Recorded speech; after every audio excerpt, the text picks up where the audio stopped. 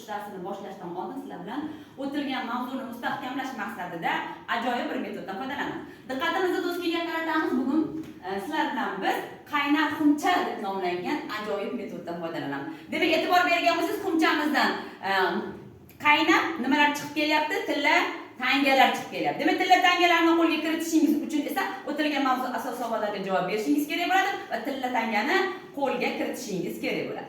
Endi natijalarga qaraymiz. Agar savollarimiz tugagan paytda qaysi qatorni o'quvchilari ko'proq tangani yiqqan bo'lsangiz, demak ana shu guruh o'quvchilari nima qiladi? G'olib sanaladi. Tushunarli bo'ldimi? Demak, boshladik. Birinchi savolni diqqat bilan eshitasiz. Qog'ozboyning vatani qayerda edi? Qani birinchi? Qishloqda edi. Qishloqda. Yaxshi, ketdik. O'zimizni demak xumchadan tillani olib, o'zimizni qatoriga yopishtiramiz. Keyingisini eshiting. Diqqat bilan. Nodon do'stni do'st soniga kiritma, chunki u nodonligi tufayli senga zarar yetkazadi degan hikmatli so'zning muallifi Alisher Navoiy edi. Barakalla. Keyingi savolga o'taman. U 980-yilda Buxoro yaqinidagi Afshona qishlog'ida tug'ilgan.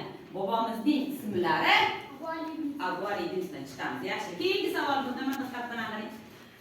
1956-yil 8-avgust Navoiy viloyatida tavallud topgan Ashurali Jo'rayev. Ashurali Jo'rayev. Yaxshi, o'zimizni demak qaynar xumchadan tillani olib o'zimiz yopishtiramiz. Xatolimizga va davom etamiz. Keyingi savolga o'taman. Konstitutsiya so'zining ma'nosi Lotincha tilidan olingan bo'lib, tuzilish va tuzlik ma'nosini bildiradi. yaxshi, ketdik. U yopishtiramiz o'zimizga. Keyingisi do'st do'stga oyna ekan she'rining qahramoni Erkinjon. Erkinjon. Yaxshi, ketdik. Davom etamiz. Keyingisi dunyodagi eng katta va murakkab konstitutsiya qaysi davlatniki? Hindiston. Hindistonniki. Yaxshi, yopishtiramiz.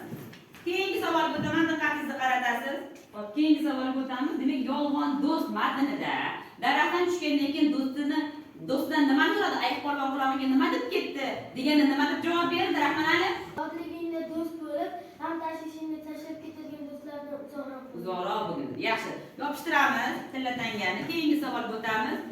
Abu Ali ibn Sino haqida ta'rif ayting. Qani?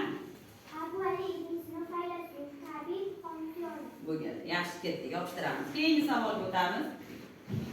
Ibn Sino nima uchun kutubxonaga o't ketishdan qo'rqmas edi? Qani Rahimxon? Kitoblarni o'qib, yod olgan edi.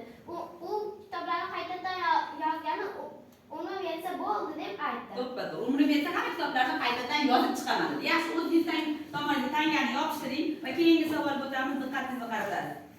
Xo'p, rivoyat nima? Qanday ma'noni anglatadi? Rahmonali. Rivoyat so'zi arab tilidan olingan bo'lib, hikoya qilmoq degan ma'noni anglatadi. Yaxshi, ketdik. O'zimiz tomonga tanga yopishtiramiz va keyingi savolga o'tamiz. Demak, tangalarimiz ozroq qoldi. Natijalarni ko'ramiz keyin. Xo'p, masal so'zining ma'nosini qani kim aytadi? Turdalieva. Axloqiy mazmunni kinoyaviy obrazlar orqali aks ettiradigan kichik bariyasi. Juda yaxshi. Tangani o'zimizni tomonga yopishtiramiz va natijalarga qaraymiz. Diqqatimizni natijalarga qaraymiz. Qaynar xumchadan chiqayotgan tillalarni savollarga javob berib, qatordagi o'quvchilarimiz harakat qilish tangalarni to'plashga.